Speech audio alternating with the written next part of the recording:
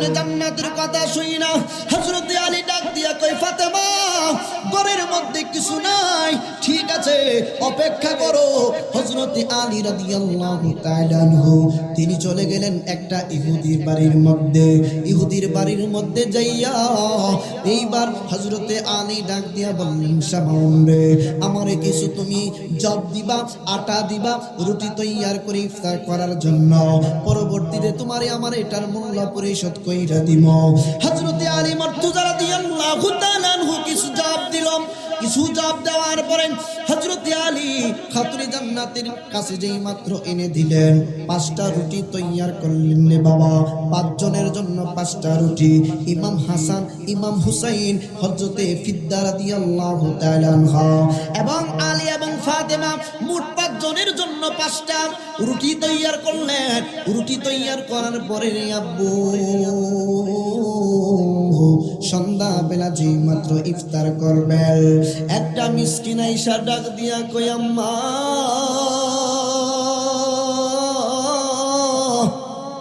আম্মা গো আমি একজন মিসকিন মানুষ আমি সমস্ত দিন কিছু খাবার খাই নাই আমি কয়েকদিন যাবত কোনো খানা দানার ব্যবস্থা নাই আমারে যদি একটু কষ্ট কইরা একটু খাবারের ব্যবস্থা কইরা দিতেন বড় ভালো হতো আমি খুব খুশি হইতাম গো মা খাতুনে জান্নাত কি করলেন 5টা রুটি মিসকিনকে দান করে দিলেন সুবহানাল্লাহ খাতুনে জান্নাত 5টা রুটি মাত্র আছে 5 জন ইফতার করবে কিন্তু খাতুনে জান্নাত দেখেন নবী পরিবারের ব্যবহার দেখেন নবী পরিবারের ইখলাস কত সুন্দর দেখেন খাতুনে জান্নাত 5টা রুটি এই মিসকিনকে দান করে দিলেন মিসকিনকে দান কইরা দিয়া খাতুনে জান্নাত সব 5 জন মিলে পানি দিয়া তারা ইফতারি করলেন একদিন যেই মাত্র এইভাবে চইলা গেল দ্বিতীয় দিন খাতুনে জান্নাত আবার 5টা রুটি তৈয়ার করলেন দ্বিতীয় দিন আবার রোজা রাখলেন তিনারা ইফতার করার জন্য প্রস্তুতি নিচ্ছেন হঠাৎ করে একজন ইয়াতিম আসে ডাক দিয়া কই কে আছেন ঘরের মধ্যে এই যে ইয়াতিমকে যদি একটু খাবার দিয়া একটু সহযোগিতা করতেন তাইলে বড় ভালো হতো খুবই উপকৃত হইতাম খাতুনে জান্নাত রাদিয়াল্লাহু তাআলা আনহা তিনি কি করলেন 5টা রুটি এতিম বাচ্চাটাকে দিয়ে দিলেন এতিম মানুষটাকে তিনি দিয়ে দিলেন দেওয়ার পরে পানি দিয়া 5 জন মানুষ শুধুমাত্র পানি দিয়া ইফতার করেন রে বাবা একদিন 2 দিন আপনি মেনে নিবেন দ্বিতীয় দিন কিন্তু আপনি মানবেন না ইনজিমিন টাইমে তৃতীয় দিন আগমন করলো হযরত মা খাতুনে জান্নাত তৃতীয় দিন 5টা রুটি তৈয়ার করলেন খুব সংক্ষিপ্তভাবে মূল কথাগুলো বলে যাচ্ছি রে বাবা খাতুনে জান্নাত দেখেন ওয়াসিরা কুরআনের ভাষায় একজন বন্দি লোক আসলো বন্দি লোক আয়েশা ডাক দিয়া কই ফাতেমা গো আমি অনেক দিন ধরে উপোস কোনো কিছু খাবার খাইতে পারি না মেহেরবানি করে যদি একটু খাবারের ব্যবস্থা করে দিতেন খাতুনে জান্নাত পরের দিন পর্যন্ত 5টা রুটি দান করে দিলেন চতুর্থ দিন 3 দিন পর্যন্ত কোনো মানুষ যদি অনাহারে পইরা থাকে তার তো শরীর দুর্বল হয়ে পড়বে সে তো শারীরিকভাবে দুর্বল হয়ে পড়বে খাতুনে জান্নাতের মুখের মধ্যে খানা নাই মুখের মধ্যে শুধু পানির ব্যবস্থা আছে ইমাম হাসান হুসাইনের মুখের মধ্যে শুধু পানির ব্যবস্থা আছে রুটির ব্যবস্থা নাই রে বাবা হযরত শেরে খুদা আলী মুর্তজা রাদিয়াল্লাহু তাআলা আনহু শুধু পানি পান কইরা রোজা রাখলেন ইনজিমিন টাইমে চতুর্থ দিন আমার নবী ফাতেমার বাড়ি আগমন করছে আয়েশা দেখে খাতুনে জান্নাত হেলতেছে দুলতেছে খোদার যন্ত্রণায় মানুষের যেমন হয় তারা দুর্বল হইয়া পড়ছে আপনার নবী আমার নবীজি রাহমাতুল লিল আলামিন নবীজি সান্ত্বনা দিলেন আহলে বায়াতদের ব্যাপারে আমার আল্লাহ খুশি হয়ে গেলেন আমার রব্বুল আলামিন খুশি হয়ে যাওয়ার পরে গো আমার রব্বুল আলামিন পবিত্র কুরআনুল কারীমের মধ্যে আমার আল্লাহ কুরআনের আয়াত নাযিল করে দিলেন আমার আল্লাহ বললেন নবী পরিবার ভুক্ত অভুক্ত মানে কি বলে, ক্ষুধা থাকা সত্ত্বেও খাবার দান করে দেয় তাদেরকে, মিসকিনকে, ইয়াতিমকে এবং বন্দীদেরকে। একবার জুড়ে বলা যাবে কি সুবহানাল্লাহ। আমার রব্বুল আলামিন পবিত্র কুরআনুল কারীমের মধ্যে বলেছেন, নবী গো নিশ্চয়ই আপনার পরিবার বর্গকে আমি পবিত্র করব। অর্থাৎ আহলে বায়াতগণ হচ্ছেন পুত পবিত্র। আহলে বায়াতগণের কোনো তুলনা হয় না রে বাবু। আহলে বায়াতগণের মর্যাদা অনেক বেশি আপনার নবী আমার নবীজি রহমাতুল লিল আলামিন নবীজির ব্যাপারে। আমার নবী যেই মাত্র আহলে বায়াতের ব্যাপারে আল্লাহ পবিত্র কুরআনের আয়াত নাজিল করে দিলেন, আমার আল্লাহ পবিত্র কুরআনুল কারীমের আয়াত নাজিল করে দিলেন।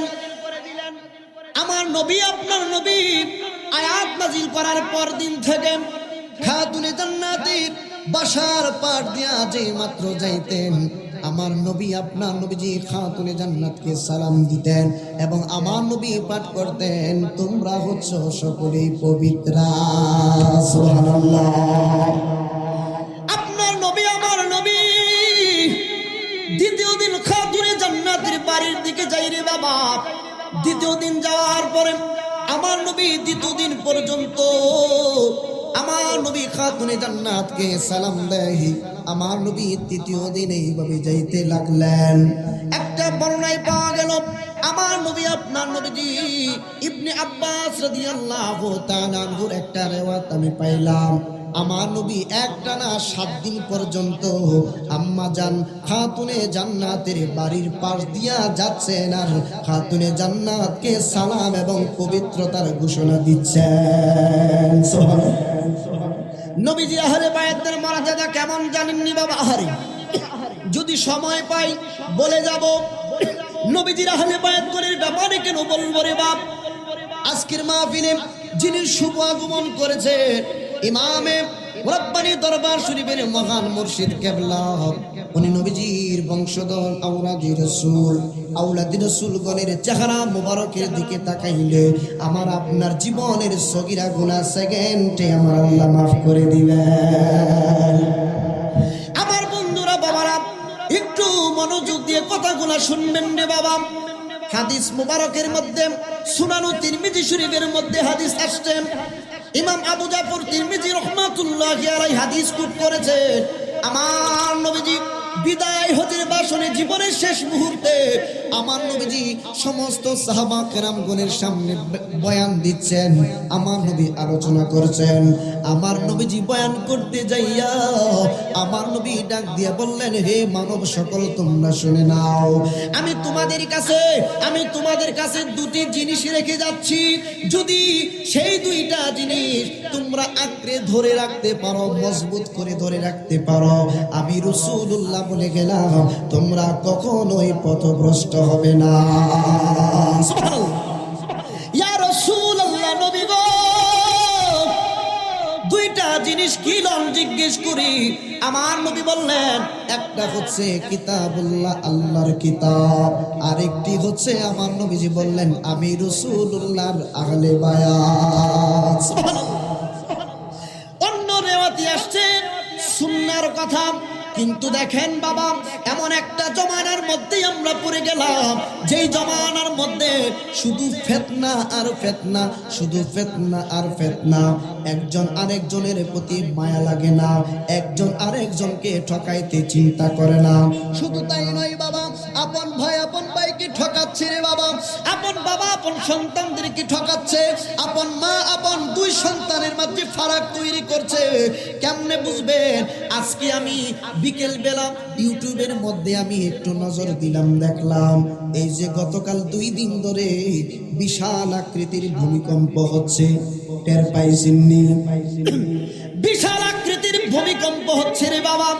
আমি দেখলাম একটা দোকানের মধ্যে একটা বাবা তার সন্তানদেরকে লইয়া দোকানের ভিতরে কোনো একটা জিনিস বস্তু কেনার জন্য প্রবেশ করেছে, যেই মাত্র বিশালভাবে এই ভূমিকম্প শুরু হয়ে গেল।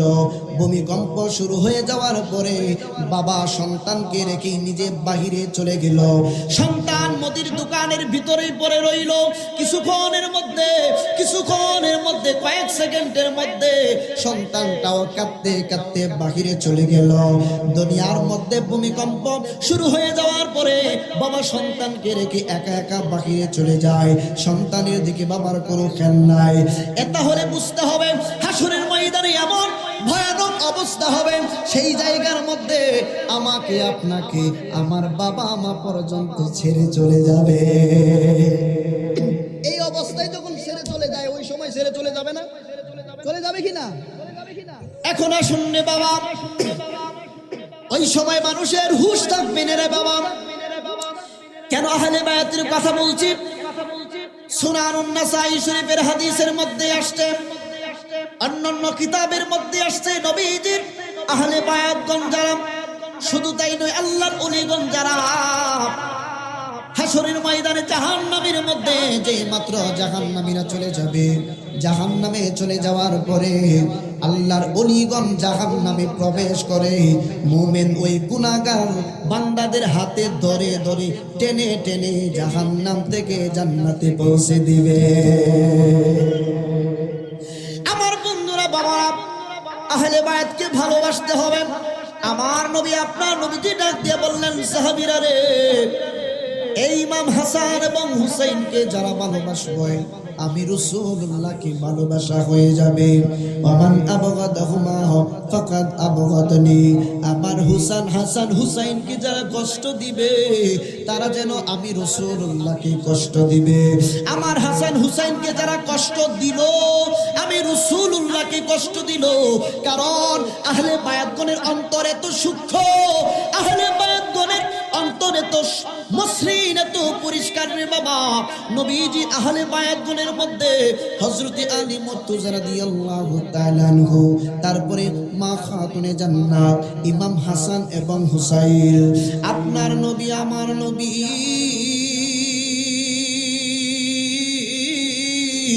রহমাতুল লিল আলামিন নবীজির কন্যা বাসার মধ্যে তিনি অবস্থান করছেন। হঠাৎ কইরা ইমাম হাসান এবং হুসাইন অসুস্থ হয়ে গেছে রে আব্বু। অসুস্থ হয়ে যাওয়ার পরে হযরতে মা খাতুনে জান্নাতের চোখের পানি অসুর ঝরছে। এই যে চোখের পানি জড়জড়ায়া চোখ থেকে পড়তেছে, আমার নবী আপনার নবীজির কন্যা খাতুনে জান্নাত তিনি চিন্তা করলেন, আমার দুই সন্তানকে যদি আমার আল্লাহ সুস্থতা দান করেন তাহলে আমরা 3টা রোজা রাখব।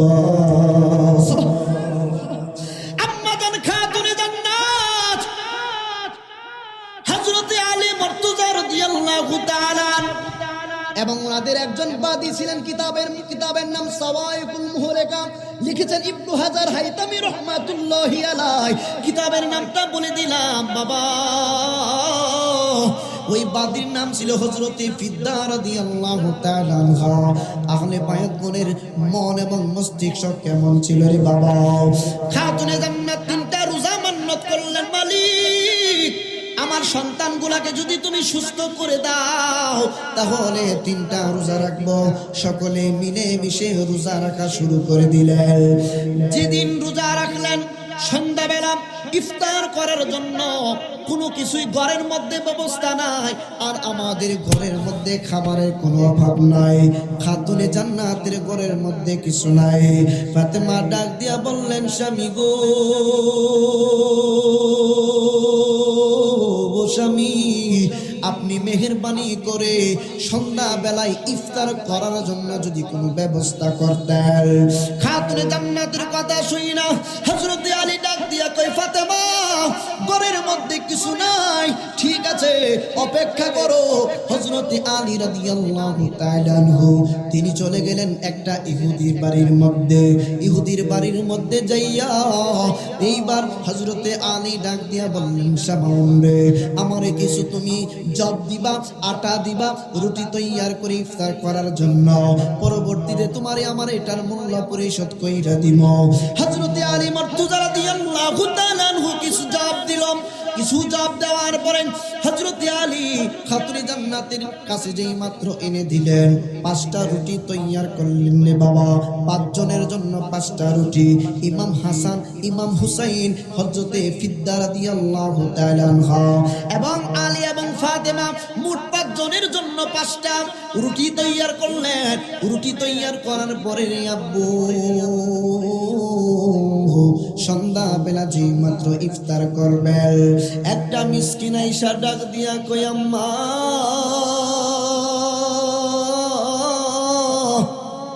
আম্মা গো, আমি একজন মিসকিন মানুষ, আমি সমস্ত দিন কিছু খাবার খাই নাই, আমি কয়েকদিন যাবত কোনো খানা দানার ব্যবস্থা নাই, আমার যদি একটু কষ্ট কইরা একটু খাবারের ব্যবস্থা কইরা দিতেন বড় ভালো হতো, আমি খুব খুশি হইতাম গো মা।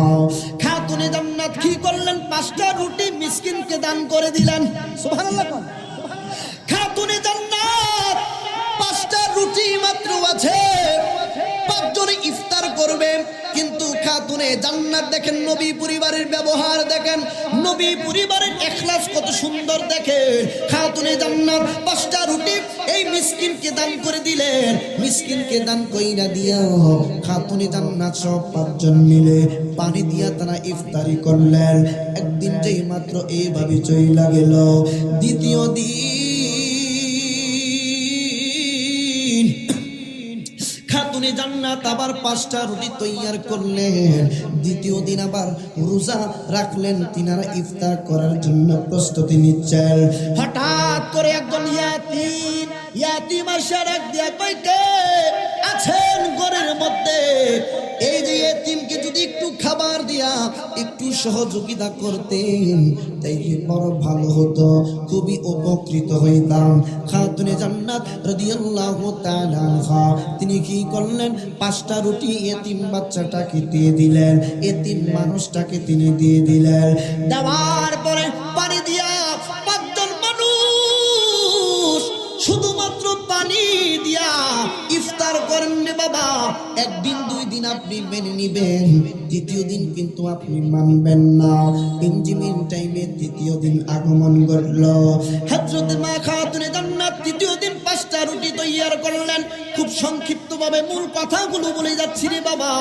খাতুনে জান্নাত দেখেন ওয়াসিরা কুরআনের ভাষায় একজন বন্দি লোক আসলো, বন্দি লোক আইসা ডাক দিয়া কই, ফাতেমা গো, আমি অনেক দিন ধরে উপোস, কোনো কিছু খাবার খাইতে পারি না, মেহেরবানি করে যদি একটু খাবারের ব্যবস্থা করে দিতেন। খাতুনে জান্নাত পরের দিন পর্যন্ত 5টা রুটি দান করে দিলেন। চতুর্থ দিন 3 দিন পর্যন্ত কোনো মানুষ যদি অনাহারে পইরা থাকে তার তো শরীর দুর্বল হয়ে পড়বে, সে তো শারীরিকভাবে দুর্বল হয়ে পড়বে। খাতুনে জান্নাতের মুখের মধ্যে খানা নাই, মুখের মধ্যে শুধু পানির ব্যবস্থা আছে। ইমাম হাসান হুসাইনের মুখের মধ্যে শুধু পানির ব্যবস্থা আছে, রুটির ব্যবস্থা নাই রে বাবা। হযরত শেরে খুদা আলী মুর্তজা রাদিয়াল্লাহু তাআলা আনহু শুধু পানি পান কইরা রোজা রাখলেন। ইনদিমিন টাইমে চতুর্থ দিন আমার নবী ফাতেমার বাড়ি আগমন করছে।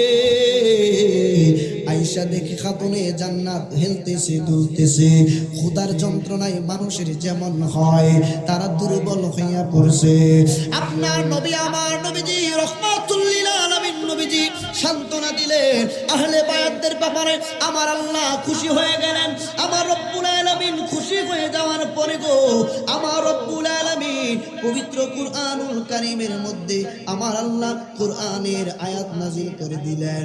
আমার আল্লাহ বললেন, নবী পরিবার ভুক্ত অভুক্ত মানে কি বলে, ক্ষুধা থাকা সত্ত্বেও খাবার দান করে দেয় তাদেরকে, মিসকিনকে, ইয়াতিমকে এবং বন্দীদেরকে। একবার জুড়ে বলা যাবে কি সুবহানাল্লাহ? আরো জোরে বলুন সুবহানাল্লাহ। ওই আহলে বায়াতগণকে কষ্ট দেওয়া যাবে না রে বাবা। আমি দেখলাম হাদিস মুবারকের মধ্যে আমার নবী আপনার নবীজির হাদিস মুবারক, কেউ যদি খানে কাবার মধ্যে নামাজ পড়ে সারা জীবন, কেউ যদি খানে কাবার মধ্যে থেকে থেকে রোজা আদায় করে সারা জীবন, কেউ যদি খানে কাবার চতুর্দিকে সারাটা জীবন সেজদায় পড়ে জীবনটা কাটাইয়া দেয়, কিন্তু অন্তরের মধ্যে যদি আহলে বায়াতের বিদ্বেষ থাকে, আহলে বায়াতের প্রতি ঘৃণা থাকে, আহলে বায়াতের প্রতি দুশমনী থাকে, আল্লাহর কসম করে বলে যায় তার রোজা, সমস্ত রোজা বরবাদ হয়ে যাবে। কাবা ঘরের সামনে যত রাকাত নামাজ আদায় করছে, আমার আল্লাহ এক ওয়াক্ত নামাজও কবুল করবেন না। আমার বন্ধুরা, বাবারা, কেন বললাম রে বাবা, আহলে বায়াতগণকে কষ্ট দিলে কি হবে দেখেন। একটা মেসাল দিচ্ছি রে আব্বু, আহলে বায়াতগণকে কেন কষ্ট দিবেন না, আহলে বায়াতগণকে কেন আপনি আমি ভালোবাসতে হবে। আহলে বায়াতগণকে ভালোবাসলে আমার আল্লাহ হাসরের ময়দানে আমাকে আপনাকে জান্নাতে যাওয়ার ব্যবস্থা করে দিবেন। আমার নবী, আপনার নবীজি ইমাম হাসান এবং হুসাইন রাদিয়াল্লাহু তাআলা আনহুমা জান্নাতের যুবকদের সরদার। আমার নবী বললেন আমার হাসান এবং হুসাইন দুইজন জান্নাতের যুবকদের সরদার। এখন আপনাদেরকে আমি বুঝাইয়া দিচ্ছি, আজকে যে জামানার ফিতনার জামানার মধ্যে পড়লাম রে বাবা, মুক্তাসার কিছু কথা না বললেই নয়। আজকে দেখবেন মোবাইলের মধ্যে অ্যাপস বের হয়েছে, কুরআনের অ্যাপস, কুরআন মোবাইলের মধ্যে পড়া যায়। কুরআন মোবাইল থেকে অর্থ পরে পরে মানুষকে অনেক গুমরাহ করছে, ফতোয়া দিচ্ছে। মোবাইলের মধ্যে বুখারী শরীফ, মুসলিম শরীফ, তিরমিজি শরীফ, আবু দাউদ শরীফ, নাসাই শরীফ, ইবনু মাজাহ শরীফ, মুস্তাদরিক লিল হাকিম, এইরকম অসংখ্য হাদিসের কিতাব ডাউনলোড করে করে আমাকে আপনাকে পথভ্রষ্ট করতেছে। এখন বলবেন ও জয়নগরী হুজুর, কুরআন তো মহান রব্বুল আলামিনের কালাম, এটা পড়লে পথভ্রষ্ট হব কেন?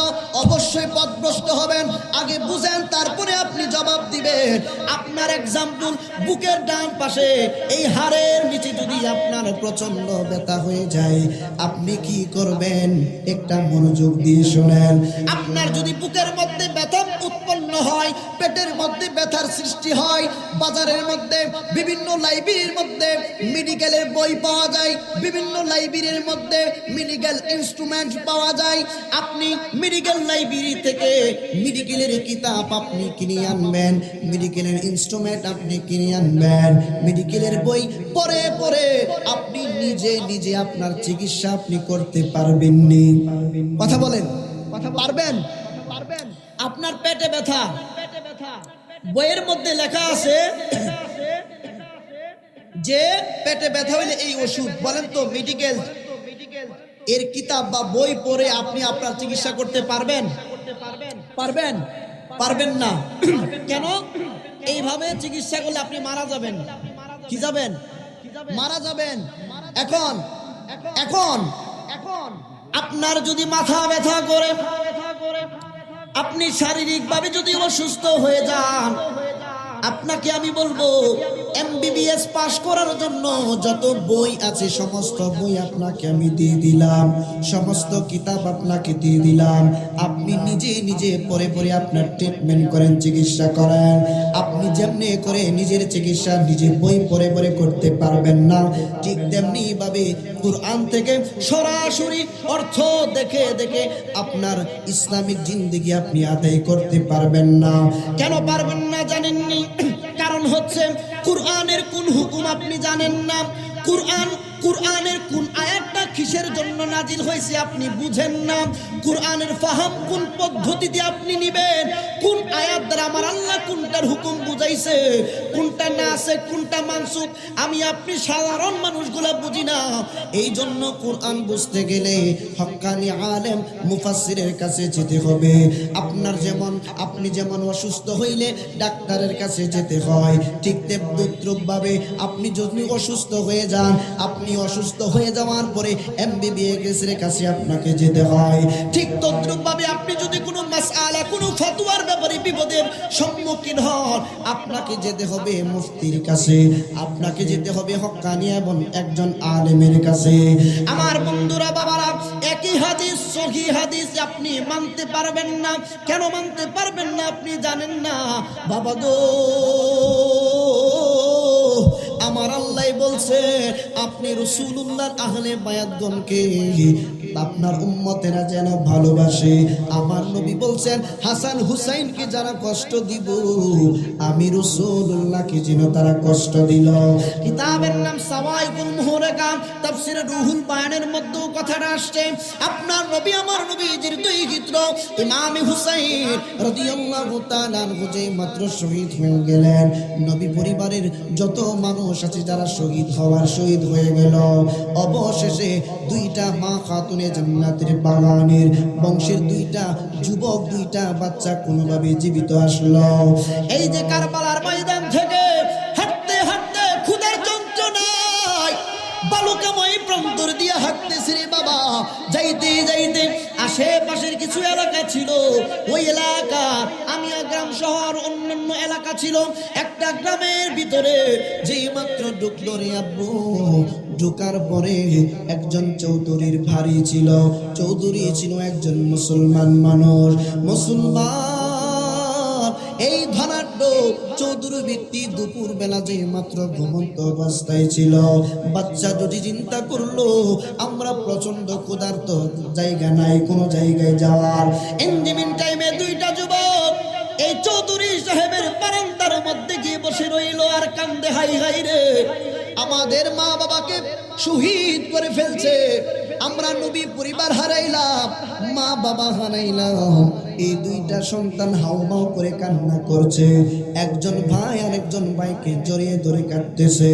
হঠাৎ কইরা চৌধুরী ধনাঢ্য মুসলিম ব্যক্তিটার ঘুম ভেঙে গেল। ঘুম ভেঙে যাওয়ার পরে চৌধুরী ব্যক্তি ঘরের ভিতর থেকে ডাক দিয়ে বলছে, কে গো? দুইটা বাচ্চা ডাক দিয়া বলতেছেন, আমরা হচ্ছি নবীর পরিবার, আমরা হচ্ছি মা খাতুনে জান্নাতের বংশের মানুষ, আমরা হচ্ছি আওলাদের রাসূল। ধনাঢ্য ব্যক্তি ডাক দিয়া কই, কি গো তোমরা যে আওলাদের রাসূল এটার কোনো ডকুমেন্ট তোমাদের কাছে আসেনি? দুইটা যুবক ডাক দিয়া কই, শুনো আমরা যে আওলাদে রাসূল এটার ডকুমেন্ট আমরা কোত্থেকে দিব? আমরা নিতান্তই ছোট মানুষ, আমাদের কাছে কোনো ডকুমেন্ট নাই, কোনো প্রমাণাদি নাই। এনজিমিন টাইমে চৌধুরী সাহেব বলল, যেহেতু ডকুমেন্ট না হয় আমার বাড়ি থেকে তোমরা দূরে সরে যাও, আমার বারান্দা থেকে তোমরা অন্য দিকে চলে যাও। নবীর পরিবারের দুইটা বাচ্চা ডাক দিয়া কই, ওগো মহাশয় আমাদের যাওয়ার কোনো জায়গা নাই, আমাদেরকে তাড়িয়ে দিবেন না। ইনজিমিন টাইমে ওই চৌধুরী মুসলিম ব্যক্তিটা দুইটা বাচ্চাকে তাড়িয়ে দিল। কারবালার জমিন থেকে ক্ষুধার যন্ত্রণা নিয়ে এসেছে, তাদের সামনে কত মানুষের কল্লা আলাদা কইরা দিছে গো, তাদের সামনে তাদের আব্বা আম্মাকে কতল করে শহীদ করে দিছে। এই যুবকগুলা আইসা কি করলো? বারান্দা থেকে হেঁটে হেঁটে যাচ্ছে আর কাঁদতেছে। একটু দূরে যাওয়ার পরে এক কাঠুরিয়ার সামনের দিকে বলল, কাঠুরিয়া ছিল অগ্নি পূজক। তিনি দুইটা যুবককে দেখে মায়া লাগলো গো, কারণ নবীর পরিবার দুইটা বাচ্চা কত সুন্দর ফুটফুটে, নবীর আওলাদ নবীর বংশধরের মানুষগণের চেহারা নুরানি ছিল, খুব সুন্দর ফুটফুটে ছিল। দুইটা বাচ্চা কেঁদে বলে, আমাদের মা বাবাকে শহীদ করে দেওয়া হয়েছে, নবীর পরিবারকে কারবালার জমিনের মধ্যে শহীদ করে দেওয়া হয়েছে, আমাদেরকে কেউ ঠাঁই দিচ্ছে না, আমরা কয়েকদিন যাবত আমরা কোনো খানা পিনার ব্যবস্থা নাই, একটু খানা পিনার ব্যবস্থা যদি করতেন। অগ্নি পূজক দুইটা সন্তানকে আদর করে বুকে জড়িয়ে ধরে বাসার দিকে রওনা দিলেন। বাসার দিকে রওনা দেওয়ার পরে আব্বু রওনা দিয়ে বাসার মধ্যে যেই মাত্র চলে গেলে, যাইয়া ডাক দিয়া কই, বিবি গো বিবি দেখো না কাদেরকে আমি নিয়ে আসলাম, এদের পরিচয় কি আমি তো জানি না, একটু বলুন। এরা হচ্ছে নবী পরিবারের সন্তান, ওনারা হচ্ছে আওলাদে রাসূল। অগ্নিপূজনের স্ত্রী ডাক দিয়া কই, স্বামীরি আমার খুব ভালো করেছো, কত প্রশংসা শুনেছি উনাদের, কিন্তু উনাদের খেদমত করার সুযোগ হয় নাই, আজকে খেদমত করার সুযোগ হয়েছে, আজকে আমি মনের মতো করে খেদমত করব। ইঞ্জিমিন টাইমে সন্ধ্যা যেই মাত্র হয়ে গেল, সন্ধ্যা হয়ে যাওয়ার পরে দুইটা নাবালক বাচ্চাকে খাবারের ব্যবস্থা করা হলো। ওই দিক দিয়া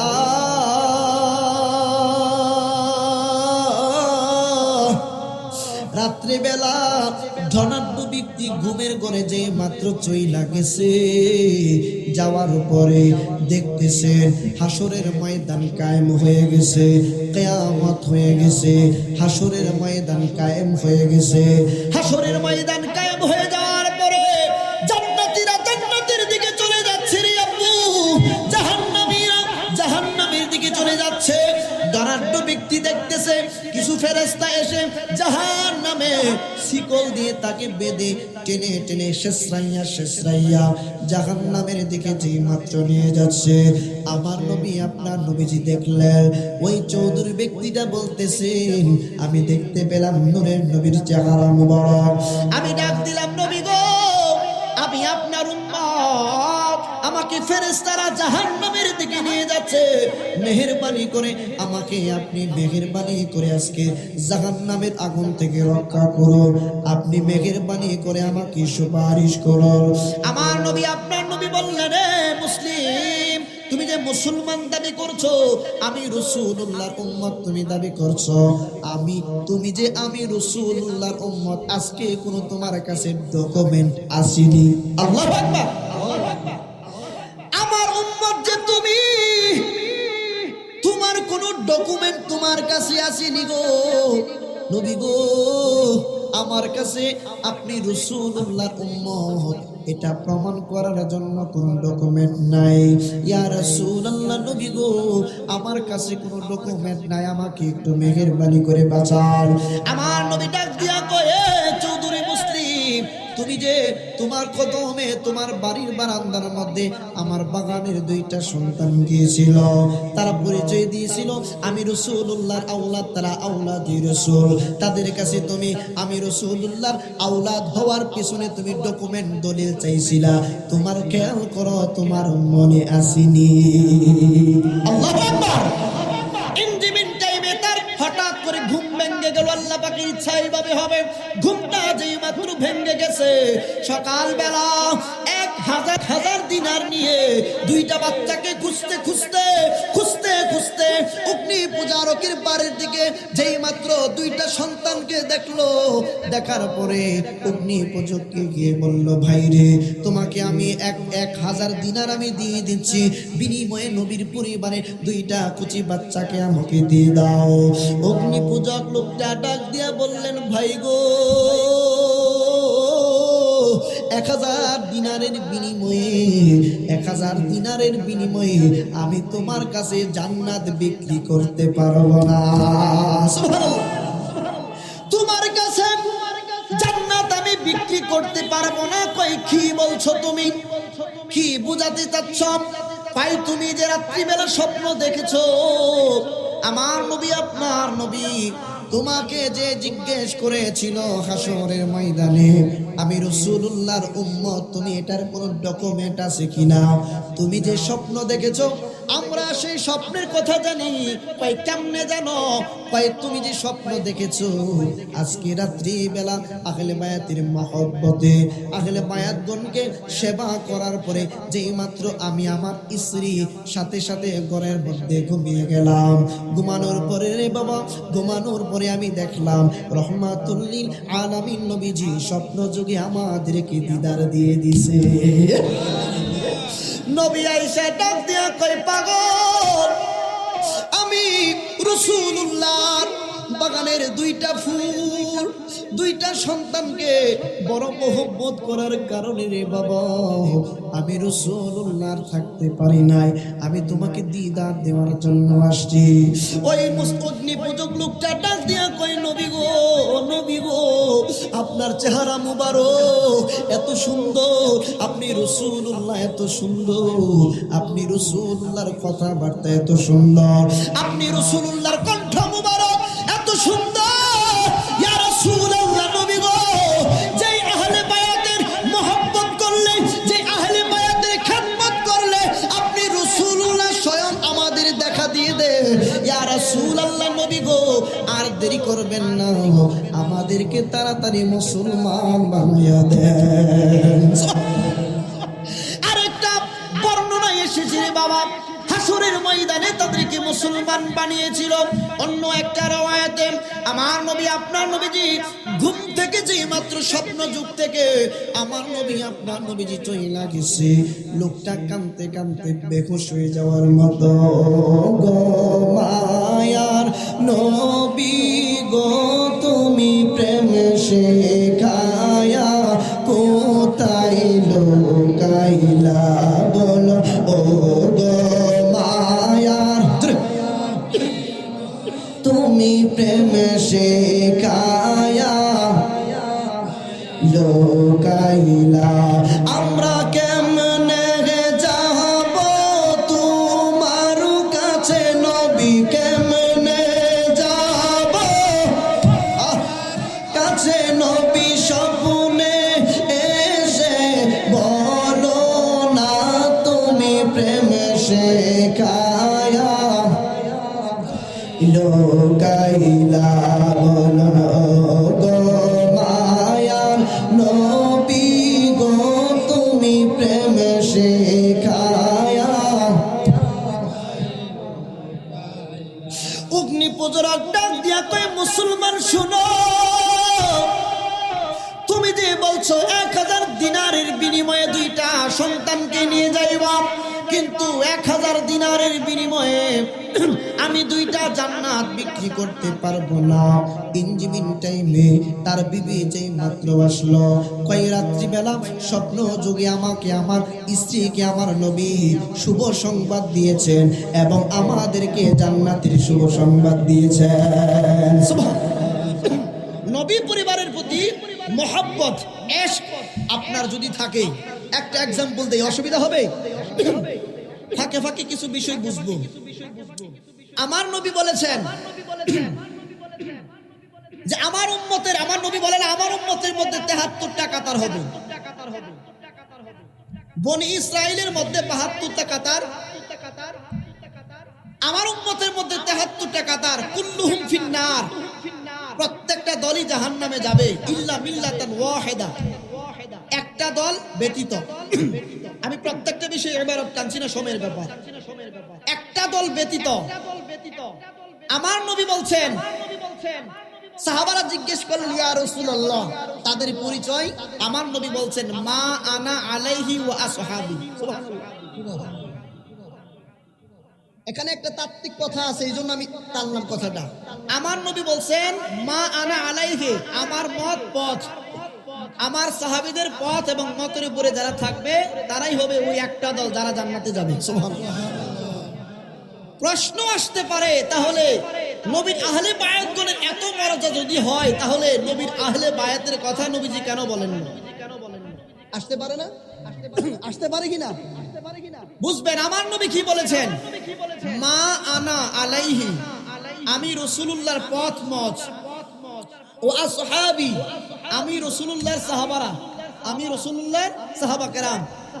নবীজির আহলে বায়াতগণ এর মধ্যে হযরতে আলী মুর্তজা রাদিয়াল্লাহু তাআলা আনহু, মা খাতুনে জান্নাত, ইমাম হাসান এবং হুসাইন, ঠিক না বাবা?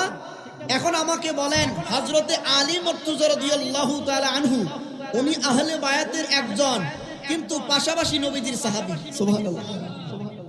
তো আমার নবী বলছেন আমি এবং আমার সাহাবী মত এবং পথের উপরে যারা থাকবে, তো আমার রাসূল বলছেন আমার সাহাবীদের মত পথ, তাহলে ইমাম হাসান হুসাইন এবং হযরতে আলী মা খাতুনে জান্নাত ওনারা কি সাহাবী না? ওনারা কি সাহাবী না?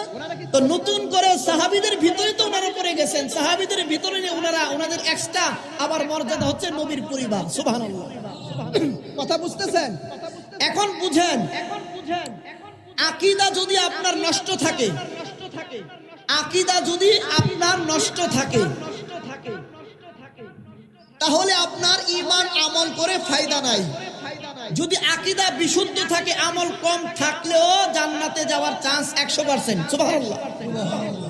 আপনি এই যে কি বলে দৌলতকান্দি রেল স্টেশন থেকে অথবা ঢাকা রেল স্টেশন থেকে, কমলাপুর রেল স্টেশন থেকে আপনি যাবেন, এক্সাম্পল ভৈরব আসবেন, আপনার টিকিট ঠিক আছে, আপনার টিকিট ঠিক আছে, ঢাকা টু ভৈরব আপনি কাটলেন, কিন্তু আপনি ভুল ট্রেনে উঠলেন। উঠার কথা মহানগর এক্সপ্রেস, আপনি উঠলেন বরিশাল এক্সপ্রেস। আপনি কোথায় যাবেন, ভৈরব না বরিশাল? কথা খুব বুঝবেন, সব আওয়াজ না, কিছু অন্য কথাও বলা লাগবে। আপনি টিকিট ঠিক আছে, আপনার উদ্দেশ্য ঠিক আছে, কিন্তু আপনি উঠে ফেললেন কোথায়, ভুলে। কিভাবে? ভুলবশত উঠে ফেললেন বরিশাল এক্সপ্রেস। আপনি কি ভৈরব আসবেন নাকি বরিশাল যাবেন? কিন্তু টিকিট আসেনি, আছে। আপনার উদ্দেশ্য ঠিক আসেনি, আছে। ভুল ট্রেনে উঠার কারণে এই টিকিটের কোনো মূল্য নাই। কথা বুঝতেছেন? ঠিক তদ্রুপ আপনার টিকিট ধরেন ভুল, টিকিট কাটলেন বরিশাল এক্সপ্রেস, বুঝবেন কথা? যদি আপনার টিকিট না থাকে, টিকিট আপনার না থাকে, টিকিট ছাড়াই আপনি গাড়িতে উঠে যান, কিন্তু সঠিক গাড়িতে উঠছেন, আপনার উদ্দেশ্য কমলাপুর থেকে Bhairab bus stand rail station, আপনার উদ্দেশ্য ঠিক, আপনি সঠিক ট্রেনে উঠছেন, কিন্তু টিকিট নাই, টিকিট একটু ঝামেলা আছে, আপনি অবৈধ, ঠিক না? আপনি উঠলেন, বলেন তো আপনি কি ভৈরব আসতে পারবেন না? টিটি এসে ধরলে জরিমানা করবে, একটু পানিশমেন্ট দিবে, একটু পানিশমেন্ট দেওয়ার পরে আপনার গন্তব্যে আপনি ঠিকই পৌঁছে যাবেন।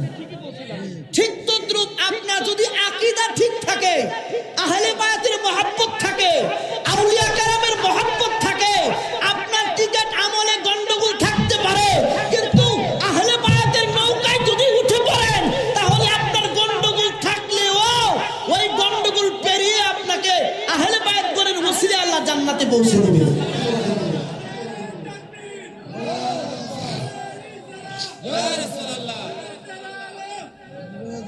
কেন বলছি? এটা আমার কথা না, নবীজির হাদিস মুবারক। আমার নবী বলছেন, আমার আহলে বায়াতগণ হচ্ছেন নূহের কিস্তির মতো। সুবহানাল্লাহ, সুবহানাল্লাহ। হযরতে নূহ আলাইহিস সালাম উনি নৌকা বানালেন, সবাই জানেন। আল্লাহ এরার ঈমান আনবেরা ধ্বংস করে দাও। নৌকা বানাইলেন, ওনার উম্মতগণ উঠলেন, ভেড়া উঠলো, ভাগ উঠলো, সমস্ত পশু পাখি উঠলো, কিন্তু ওনার স্ত্রী উঠেন নাই, আর ওনার একজন সন্তান উঠেন নাই, তার নাম হচ্ছে কেনান। সন্তান উঠে নাই, তো নূহ আলাইহিস সালাম এর নৌকার মধ্যে পাপী হোক, গুনাহগার হোক, চোর হোক, যাই হোক, যারাই উঠেছে আল্লাহ পাক তাদেরকে মাফ করে দিয়েছে। আমার নবী বলেছেন, আমার আহলে বায়াতগণ হচ্ছে নূহের কিস্তির মতো, যারা আহলে বায়াতের নৌকায় উঠবে তারা নাজাত পেয়ে যাবে। তাইলে আপনি মানুষ কোন জায়গায় বসবাস করে নিজের বিবেকটাকে খাটাই না। আপনি ইসলামিক কোন বিষয়ে আপনি যখন কোনো মানুষের মতামত গ্রহণ করবেন, সুনান তিরমিজি শরীফের শেষের দিকে হাদিসটা আছে, আমার নবী বলছেন, যার কথা শুনবে আগে তাকে দেখো, তাকে জাস্টিফাই করো। আপনি জাস্টিফাই না করতে পারলে আপনি লাইনচ্যুত হয়ে যাবেন। আপনি কি হয়ে যাবেন? লাইনচ্যুত হয়ে যাবেন। লাইনচ্যুত হওয়া যাবে না বাবা, আসতেছি সামনে। আমার নবী, আপনার নবী রাহমাতুল্লিল আলামিন নবীজি হাদিস মুবারকের মধ্যে বলেছেন, আহলে বায়াতগণের বিপক্ষে যারা অবস্থান করবে তাদেরকে আল্লাহ পাক জান্নাতে প্রবেশ করতে দিবে না। আহলে বায়াতগণের বিপক্ষে অবস্থান করলে আমার নবী জান্নাতে প্রবেশ করতে দিবে না। আপনাকে যদি বলি, আমি আশরাফুল হক জয়নগরী যত বড় মুফতি মুহাদ্দিস হয়ে যাই না কেন, খাঁটি বাংলায় বলছি, আপনার সন্তানকে যদি আমি কষ্ট দেই বেশি পরিমাণে, খুব কঠিন ভাবে, অন্যায় ভাবে, আপনি আমার সাথে কথা বলবেন, আপনি আমাকে সালাম দিবেন। আপনি একজন সাধারণ নবীর উম্মত, আপনার সন্তানকে আমি কষ্ট দেওয়ার কারণে আপনি আমাকে সালাম দেন না, কথা বলেন না, এত মৌলবী না, এই কথা কইবেন। তাইলে যেই নবীর নাতি ইমাম হুসাইনের গলায় যারা ছুরি দিছে, আপনি মরেন, জবাই করার পরে হেরা জান্নাতে যাইব? সম্ভবই না, এটা যাবে কখনো? ইম্পসিবল। যারা আমার নবী, আপনার নবীজি, দেখেন একটা সূত্র শিখেন। আল্লাহ বলছেন, আমার নবীকে যারা কষ্ট দিচ্ছে এবং ভবিষ্যতে দিবে, কোরআনের আয়াত আছে, নিশ্চয়ই যারা আমার রাসূলকে কষ্ট দিচ্ছে এবং দিবে, দুনিয়াতেও তাদের জন্য লানত, আখিরাতেও তাদের জন্য লানত। বুঝবেন? এখন আপনি যে বিষয়গুলা গ্রহণ করছেন, যে বিষয়টাকে বিদআত, হারাম, শিরক বলছেন, সেই বিষয়টা আপনি নিজে নিজে পরে বলছেন না, আপনি অমুক হুজুর থেকে শুনছেন। কথা বুঝছেন? অমুক হুজুর থেকে বুঝছেন। আমারে কথার কথা, ইফ ইউ ডোন্ট মাইন্ড, আমি নাম বলবো না, আমাকে হঠাৎ করে একদিন জিজ্ঞেস করলো যে এইভাবে চুল রাখছো তুমি, এগুলি তো মহিলাদের মতো দেখা যায়, এগুলি তুমি চুল কাটটা লেলে ভালো হয় না। তা আমি, উনি মুরব্বী, উনি সৌদি আরব থাকতেন, অনেক বছর থাকছেন, বুঝলাম। আমি বললাম চুল মহিলাদের মতো দেখা যায়, এটা বিদআত বা নিষেধ। তো এটা তো আরবিতে লেখা আছে হাদিসে, কিভাবে লেখা আছে? আরবিতে না। তো এটাকে কি বলছেন আপনি? কয় এটা তো বাবরি। আমি বললাম চুলের আরবি তো সে বলে ফেলবে, কারণ হচ্ছে সৌদি আরব থাকে, চুলের আরবি বলে ফেলবে না। আচ্ছা, বাবরির আরবি কি আমাকে বলেন আপনি? আমি জিজ্ঞেস করলাম, বাবরির আরবি তো জানি না। আমি কই তাইলে বাবরি রাখা নিষেধ, এটা কি হাদিসের মধ্যে কি বাংলায় লেখা আছে না ইংরেজিতে ও আরবিতে? তো আপনি যেহেতু বাবরির আরবি জানেন না, আপনি বুঝলেন কেমনে যে এই বিষয়টা বাবরির ক্ষেত্রে? কথা বুঝতেছেন? কথা বুঝতেছেন? মুসলমান শুনেন, আমি পরিষ্কার বলছি, আমি খুব ছোট মানুষ, আপনাদের এলাকার সন্তান। আমি এতদিন কিছু বলি নাই, শুধু শুনলাম, শুনতেছিলাম। আলহামদুলিল্লাহ, আমার একটা ধাপ ছিল এগিয়ে যাওয়ার, সেই ধাপ আমার পূরণ হয়েছে। আল্লাহ পাক আমার আশা পূরণ করছি। আমি ঢাকার একটি মাদ্রাসা থেকে আমি ইফতা করেছি, মুফতি কমপ্লিট করেছি, যেটা ইফতা বলে, এবং ফার্স্ট ক্লাস পাইলাম। প্রত্যেক বিষয়ে 90-এর উপরে আমার নাম্বার, আলহামদুলিল্লাহ। এখন এটা অহংকার না, আল্লাহ মাফ করুক। কেন বলছি? আমি এলাকার সন্তান, আমি কিছুদিন স্কুলে পড়াশোনা করেছি, জয়নগর হাই স্কুলে। তুই স্কুলে গেছে কি জানে? আপনি এত বড় পণ্ডিত, এত বড় মহাশয়, কোরআন হাদিসের সব কিছু বুঝেন, তো আমি যেহেতু বুঝি না, আপনি তো আমার সাথে বসলে কথা বলতে আপনার ভয় লাগার কথা না। কথা বুঝতেছেন? আমার সাথে আপনি কথা বলতে আপনার কোনো ভয় লাগবে? একজন হাফেজ সাহেব যদি একজন মূর্খ লোকের কাছে গিয়ে বলে, বা একজন মূর্খ লোক যদি একজন হাফেজ সাহেবকে বলে আমার সামনে কোরআন তেলাওয়াত করেন তো দেখি, হাফেজ সাহেবের তো কোনো ভয় থাকার কথা না, কারণ সে তো মূর্খ, কোরআন তেলাওয়াতই জানে না। এখন হাফেজ সাহেব যদি ভয় পায়, তার মানে ডাল মে কুছ কালা হে, কোনো একটা গন্ডগোল। বুঝতেছেন? আলহামদুলিল্লাহ, 2 বছরের ভিতরে প্রায় 300-এর উপরে মুফতি আমার হাতে আল্লাহ পাক তৈরি করার সুযোগ দিছি, আলহামদুলিল্লাহ। এটা কেউ জানে না, আমার ঘরের ফ্যামিলিও। আমার বাবাই যখন নতুন বিদেশ থেকে আসছে, মহেশপুর বাজারে যখন ফুস্টারে আমার নাম দেখছে আর কি, প্রথম আর কি, তুই কি রে, কি এমন কাজ করছ, তোর ফুস্টারও নাম লেখা সাফাই দিছে গিললে। তো বিষয়টা হচ্ছে, অনেক কষ্ট করেছি জীবনে এই পর্যন্ত আসতে, কিন্তু আমার দায়িত্ব হচ্ছে জয়নগর, মহেশপুর আহলে সুন্নাহ ওয়াল জামাতের যারা নবী প্রেমিক, ওলি প্রেমিক, আহলে বায়াতের প্রেমিক, ওনাদেরকে সঠিক গাইডলাইন, সঠিক কথাগুলো ওনাদের কানে পৌঁছানো, যাতে করে কোন বিদআতি মানুষ আপনাদেরকে বিভ্রান্ত না করতে পারে। কথা বুঝতেছেন? এই বর্তমান জমানার মধ্যে ফিতনা এমন ভাবে বেড়ে গেছে, আমাদের মসজিদের প্রত্যেকটা মসজিদের ইমামকে জিজ্ঞেস করবেন, ওনাদের 1 মাসের ভিতরে মনে হয় কেউ মাসালা জিজ্ঞেস করে না, কারণ সব মাসালা উত্তর দিয়ে দেয় সাউস্টেলের মধ্যে। সব মাসআলার উত্তর চায়ের দোকানে চলে, দোকানপাটে মাসআলা সমাধান হয়ে যায়। আম পাবলিক একে অপরকে উত্তর দিচ্ছে। ইমাম সাহেবের তো মাসআলা ফতোয়া দেওয়ার কোনো সুযোগই নেই। কথা বুঝতেছেন? তো যাই হোক, এই বিষয়টা থেকে দূরে থাকবেন, কারণ আমরা আম পাবলিক আছি। আপনারা কম বেশি নামাজ পড়েন, যারা কম বেশি নামাজ পড়েন কম বেশি হতে পারে, কিন্তু আকীদায়ে আহলে সুন্নাহ হতে হবে।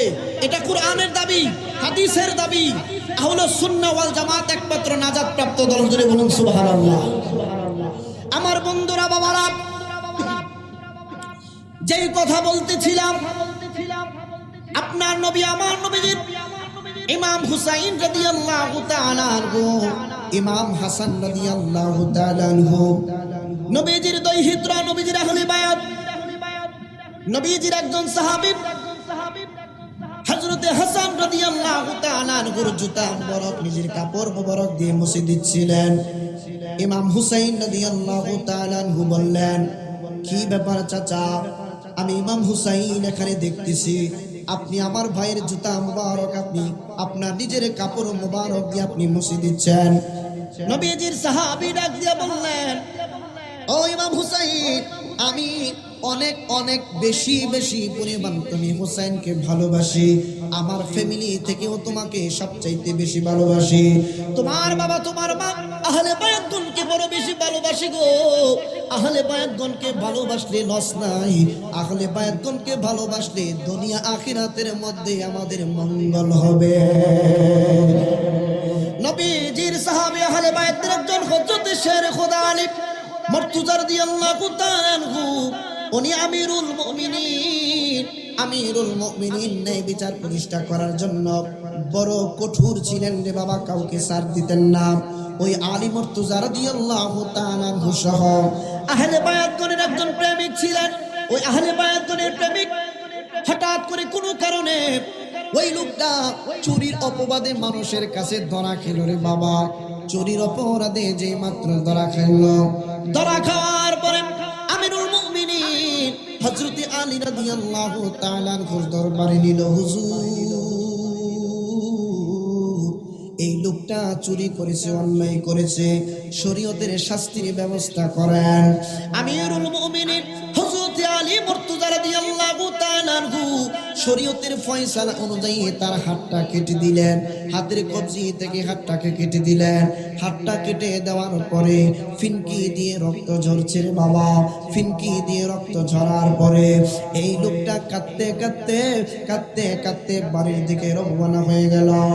যেই মাত্র এই যে বাড়ি এবং হযরত আলী রাদিয়াল্লাহু তাআলা আনহু দরবার থেকে মাঝামাঝি পথ মতান্তরে ওনার বাড়ির দিকে যেই মাত্র পৌঁছে গেলেন, ওনার সঙ্গে দেখা হইল নবীজির একজন প্রবীণ সাহাবী, যার নাম হচ্ছে হযরতে সালমান ফারসি রাদিয়াল্লাহু তাআলা।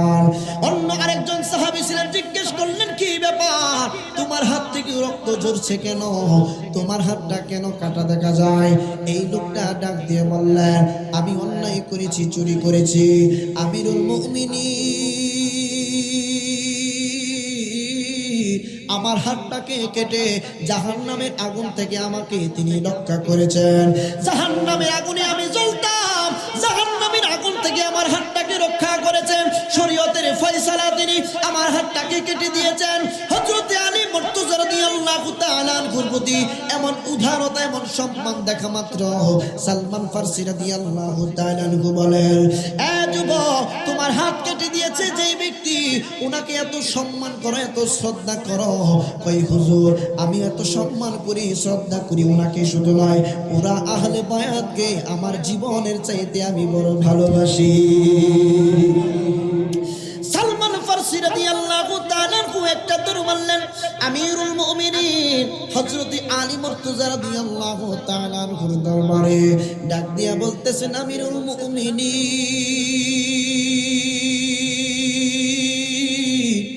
আপনি কিছুক্ষণ পূর্বে চুরির অপরাধে যার হাত আপনি কেটে দিলেন, এই লোকটাকে আপনি হাত কাটার পরেও আপনার প্রতি এত শ্রদ্ধা, এত মহব্বত, আহলে বায়াতের অন্তর, আহলে বায়াতের মহব্বতে ভরা তার অন্তর, আহলে বায়াত গণের প্রতি তার এত সম্মান, আমি দেখে হতবাক হইয়া গেছি গো আমিরুল মুমিনিন। হযরতে আলী ডাক দিয়া কয়, সালমান ফারসি গো, কি বলছো তুমি? কয়, জি হ্যাঁ। কয়, এত বড় ভক্ত, এত বড় আহলে বায়াতের প্রেমিক চুরি করলো, আমি শরীয়তান শাস্তি দিয়েছি, আমি তাকে জাহান্নামের আগুন থেকে তার হাতটাকে বাঁচিয়ে দিলাম। আমিরুল মুমিনিনকে ডাক দিয়া কয়, হুজুর, আপনি মেহেরবানি করে যদি অনুমতি দেন, এই লোকটাকে আপনার কদম মোবারকে আনতে পারি। আলী মুর্তজা রাদিয়াল্লাহু তাআলা আনহু ডাক দিয়া বললেন, সালমান ফারসি গো, কেন আপনি আমার জন্য বলছেন? কয়, হুজুর, আপনার এত বড় প্রেমিক কাটা হাত লইয়া ঘোরাঘুরি করবে, এটা শোভা পাই না। আলী রাদিয়াল্লাহু তাআলা আনহু বললেন, ঠিক আছে, ওই বাংলাটাকে আমি হযরতে আলীর কদম মোবারকে তাড়াতাড়ি নিয়ে আসো। হযরতে আলী মুর্তজা রাদিয়াল্লাহু তাআলা আনহু যেই মাত্র অনুমতি দিয়ে দিলেন রে আব্বু, অনুমতি দেওয়ার পরে সালমান ফারসি রাদিয়াল্লাহু তাআলা নিজ দায়িত্বে এই পাগলাটাকে, হযরতে আহলে বায়াতের প্রেমিকটাকে হযরতে আলী মুর্তজা রাদিয়াল্লাহু তাআলা আনহুর কদম মোবারকে আনলেন। আনার পরে ডাক দিয়া কই, হুজুর, আপনার কদম মুবারকে আবার ডাকলেন, আমি তো একবার অন্যায় করেছি, আপনি আমার হাতটা কেটে দিয়েছেন, আমি এর জন্য কোনো দুঃখিত না, আমি খুবই খুশি। আপনি আমার হাতটাকে জাহান্নামের আগুন থেকে বাঁচাইয়া দিয়েছেন, আপনি আমার হাতটা জাহান্নামে পুরতো আমি কষ্ট পাইতাম, সেই কষ্ট থেকে আপনি বিতাড়িত করলেন। হুজুর, আপনার প্রতি আমার কোনো মনের ভিতরে কষ্ট নাই। আলী ডাক দিয়া কই, পাগলা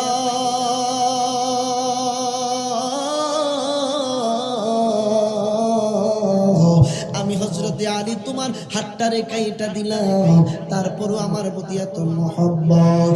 আরে পাগলা, আহলে বায়াতের মহব্বতের হাত কাটা থাকতে পারে না। আয় আয়, আমি হযরতে আলীর হাতে তোর কাটা হাতটারে একটু দিয়ে দে। হযরতে আলী মুর্তজা রাদিয়াল্লাহু তাআলা আনহু হাতের মধ্যে কাটা হাতটা নিলেন, চোখটা বন্ধ কইরা কি জানো মুখের মধ্যে আস্তে আস্তে ফিসফিসায়া কি যেন বলতেছেন, তেলাওয়াত করতেছেন, পাঠ করতেছেন। হাতটাকে আগের জায়গায় রাখলেন, একটা রুমাল উপর দিকটা দিয়ে দিলেন। আলী ডাক দিয়া কই, পাগল আমি না বলা পর্যন্ত তুমি রুমাল তুলবা না। হযরতে আলী মুর্তজা রাদিয়াল্লাহু তাআলা আনহু কি জানো তিনি পড়লেন, পড়ার পরে দম করার পরে কাপড়টারে সরায় নিলেন। কাপড়টারে সরায় নেওয়ার পরে পাগলটাকে ডাক দিয়া কই, পাগল রে, এই মুহূর্তে তোমার হাত কাটা হাত যেই জায়গার মধ্যে আমি হাতটারে কাটছিলাম, এই জায়গা থেকে তোমার রুমালটারে তুমি তুইলা নাও। তোলার পরে এই পাগলাটাই দেখে হাত আগের মতো যেমন ছিল তেমন হয়ে গেছে। আল্লাহু আকবার, ইয়া রাসূল জিন্দাবাদ। আমার বন্ধুরা, বাবা, আহলে বায়াতের কথা বলছি রে বাপ। নবীর পরিবারের প্রতি সুতা পরিমাণ যদি, বিন্দু মাত্র পরিমাণ যদি আপনার ঘৃণার জন্ম হয়, ওয়াল্লাহি আল্লাহর কসম, আপনার আমলের কোনো দাম থাকবে না, আপনার সালাতের কোনো মর্যাদা হবে না, আপনার রোজার কোনো দাম থাকবে না, আপনি হজ করলে হজ কবুল হবে না। আল্লাহর কসম করে বলে যায়, আহলে বায়াতগণের প্রতি সুতা পরিমাণ যদি ঘৃণার জন্ম আপনার অন্তরে হয়ে যায়, হাদিস মুবারকের মধ্যে আমার চোখ দিয়ে আমি একটু আগে পড়ে এসেছি, কিতাবটা খুলে দেখলাম, আহলে বায়াতদের প্রতি যারা ঘৃণা করবে, একটুখানি অমনোযোগিতা থাকবে, আমার নবী বলছেন সে এক নাম্বার মুনাফিক। সে এক নাম্বার কি? আমার নবী, আপনার নবী যারা কঠিন কঠিন হাদিসের কথাও আসছে, আপনার নবী আমার নবী রহমাতুল লিল আলামিন নবীজি, ওনার কন্যা খাতুনে জান্নাত মা ফাতিমা তুজহরা রাদিয়াল্লাহু তাআলা ওই দিক দিয়ে দেখেন ইমাম হাসান হুসাইন সুস্থ হয়ে গেছেন, মনে আসেনি? ইমাম হাসান হুসাইন সুস্থ হয়ে গেছে। সুস্থ হয়ে যাওয়ার পরে বাবা, সুস্থ হয়ে যাওয়ার পরে আমার নবী, আপনার নবীজি খাতুনের জান্নাতের বাড়িতে যান, খাতুনে জান্নাতের খোঁজ খবর নেওয়ার জন্য। খাতুনে জান্নাত মা ফাতিমা তুজহরা রাদিয়াল্লাহু তাআলা আনহা আমার নবীর বাড়ি আসেন বাবাকে দেখার জন্য। আমার নবী খাতুনে জান্নাত যখন আসতেন, আমার নবীজি উঠে দাঁড়াইতেন, দাঁড়াইয়া খাতুনে জান্নাতকে সম্মান জানাইতেন, হাতের মধ্যে নবীজি চুমা মুবারক দিতেন। আমার নবী যেই মাত্র খাতুনে জান্নাতের বাড়ি যাইতো, খাতুনে জান্নাত নিজের সিংহাসন মানে যেই জায়গায় বসে থাকতেন, উনি দাঁড়িয়ে যাইতেন সম্মানে, সম্মানে দাঁড়াইয়া খাতুনে জান্নাত বাবার হাত মুবারকের মধ্যে চুমু খাইতেন, বাবাকে কত কদর করতেন, সম্মান করতেন। আপনার নবী, আমার নবীজি আদরের কন্যা খাতুনে জান্নাত মা ফাতিমা তুজহরা রাদিয়াল্লাহু তাআলা আনহা। মাগো, আপনারা যারা শুনতেছেন, এখন বর্তমানে ফিতনা ফাসাদার জামানা, খাতুনে জান্নাতের মতো জীবনটানে গইরা নেন, স্বামীর কথা মতো আপনার জীবনটানে পরিচালনা করেন। স্বামীর কথা মতো আপনি ঘর থেকে বের হলে আপনার স্বামীর অনুমতি নিয়ে নেন। কিন্তু বাবা, একটা দুঃখের বিষয় হলো, কথাগুলা না বললেই নয়, আমাদের প্রত্যেকটা ফ্যামিলির মধ্যে কোনো না কোনো গন্ডগোল লেগেই আছে। ফিতনা ফাসাদার জামানার মধ্যে পড়ে গেলাম রে বাবা। ফ্যামিলি ঠিক না হইলে সমাজে আপনি ভালো মতে চলাফেরা করতে পারবেন না। কেন বলছি রে বাবা, আপনি দেখেন না, ও মা বোনেরা একটু মনোযোগ দিবেন, আপনার ছেলেকে আপনি বিবাহ করাইলেন, আপনার পুত্রবধূ আপনার আপনার কাপড়গুলা ধুইয়া দেয়, আপনার পুত্রবধূ প্রতিদিন আপনাকে রান্না করে খাবার খাওয়ায়, আপনার পুত্রবধূ আপনাকে একটু পর পর মা আম্মা আম্মা কইরা মধুর সুরে ডাক দেয়। কিন্তু ওই মেয়েটা যেই মাত্র যখন মায়ের বাসায় ছিল, বাবার বাসায় ছিল, জীবনে কোনোদিন মাকে আদর করে আম্মু করে কোনোদিন বলেন নাই আম্মা একটু দাও তোমার কাপড়গুলো আমি একটু ধুয়ে দেই, একটু দাও তোমার বিছানাগুলি আমি ধুয়ে দেই। যেই মেয়েটা বাবার বাড়ি থাকতে বাবার শার্ট ধুইতো না, কারণ বাবা বললেও বাবা দিত না, মা গো তুমি এই কাপড়গুলা ধুইলে তোমার বড় কষ্ট হয়ে যাবে। মা বলতো মারে স্বামীর সংসারে গেলে কত কষ্ট করবি, এখন তুমি কষ্ট করতে পারবা না, আমার কাপড়গুলা তুমি ধুইয়া দিতে পারবা না। মা বাবা তাকে কষ্ট করতে দেয় না। যেই মেয়েটা আপনার ঘরে পুত্রবধূ হয়ে আসে সেই মেয়েটা বাবার বাড়ি মায়ের মাকে আদর করে কোনোদিন আম্মু করে ডাক দিয়ে বলেন নাই মা গো আপনার কাপড়গুলি দাও আমি একটু আমি ধুয়ে দেই, একটু খোঁচে দেই। ওই মেয়েটা শ্বশুর বাড়ি যাইয়া শাশুড়ি বলতে হয় না, পুত্রবধূ যদি বুঝতে পারে শাশুড়ির এই যে কাপড়গুলা ময়লা হয়ে গেছে, আবর্জনা হয়ে গেছে, পুত্রবধূ নিজে গিয়া বলে মা আপনার কাপড়গুলা দিন একটু ধুইয়া দেই। ঠিক না ভাই? ঠিক কথা বলবেন, ঠিক না ভাই? ঠিক।